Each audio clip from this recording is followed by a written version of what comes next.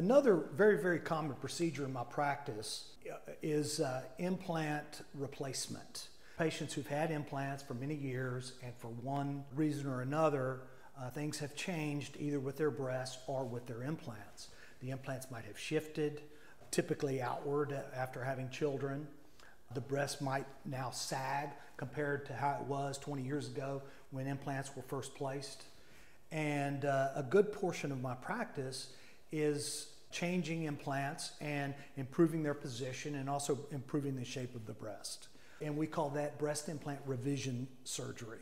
It's very common for women who've had implants for many years and then had children. And it's something I take great satisfaction in doing because it's not always a simple procedure like a breast augmentation. And therefore I'm challenged by it, and I really enjoy providing the necessary changes to improve overall breast appearance when we're going back for a second or third procedure in many circumstances for women who've had implants for many years.